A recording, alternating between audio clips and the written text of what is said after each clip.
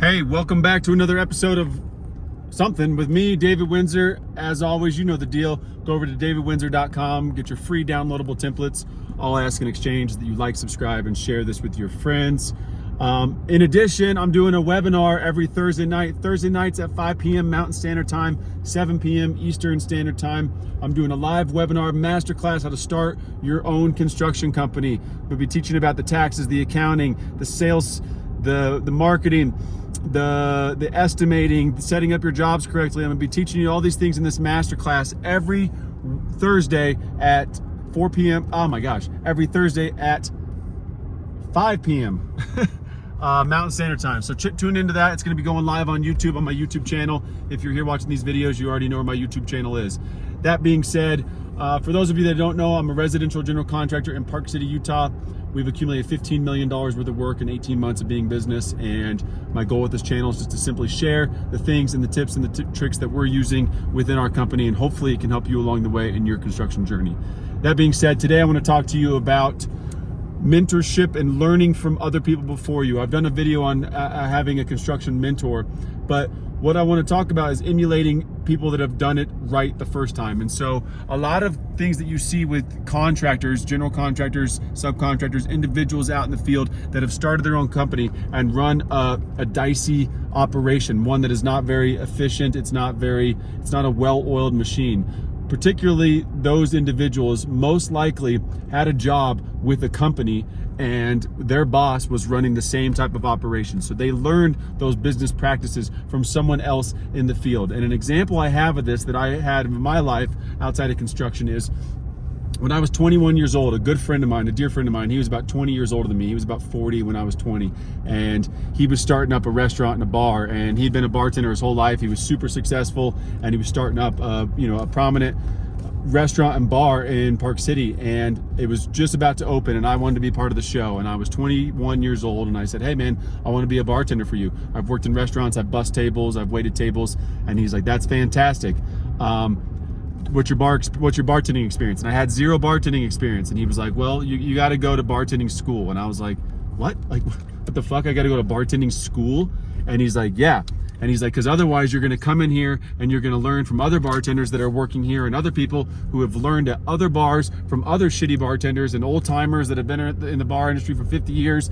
And he goes, you need to go learn how to ice a glass properly, like an efficient way to ice a glass, an efficient way to pour a cocktail, learn the cocktails, understand how to be, the customer service, understand, because there is a flow and a dynamic that happens behind a bar. And if you've ever gone out to a club or a bar that's really busy and it's just a shit show behind the bar and you're standing there and no bartender's making eye contact with you, everyone's busy and you're standing there and you can't get anyone's attention, that's a terrible customer service experience. And when you have a trained bartender that understands how to do things more efficiently, you can hold 3 glasses at once and pour a big scoop of ice into the middle and all 3 of them get the ice disbursement versus icing 1 glass at a time. Those are little things that add up over the course of a night, which allows you to sell whatever it is, 30, 50, 100 more drinks than the other bartenders, and it provides a better customer service. So this individual made me go to bartending school to learn it right the first way. So what did I do? I signed up for bartending school and I flew down to California for 2 weekends in a row. I got certified and he gave me a job, and it ended up being an incredible opportunity for me to be a bartender at this restaurant, and it taught me skills that I didn't have before. And I will forever understand how to operate the situation behind a bar better than most. So full circle, coming back to that, it's the same thing with construction. You have to be able to learn how to be a good bartender. You have to be able to learn how to be a good contractor. And you do that by emulating the people that are doing it before you and doing it better than you, or doing it a way that you want to be done. And so if you're on a job site and there's certain contractors that are running more efficient job sites, or people that you work with that are running more efficient operations, learn from them. Take pages out of their book. I mean, literally ask them to lunch and say, hey, can I take you to lunch? I'm thinking of doing something on my own. I'm curious. I love the way you run your operation. Can I buy you lunch? I'd love to learn a little bit more about how you got started. Find people that are doing it right and emulate them. Don't try to do anything other than copy these individuals, because we're not reinventing the wheel here in construction. We're simply not. We're building houses, we're providing customer service, and we're providing a service that you're going to survive in this industry by providing a better service and having more attention to detail than the other individuals. And that comes from just running an efficient system where you're thinking ahead. And same thing with a great bartender. A great bartender is pouring the cocktails of a certain individual. And as I'm finishing this transaction and I'm pouring 3 vodka sodas, I make eye contact with someone and I say, I see you, I'll be right with you. What can I get while you're waiting? And they say, I'll take some of this, and you go, great.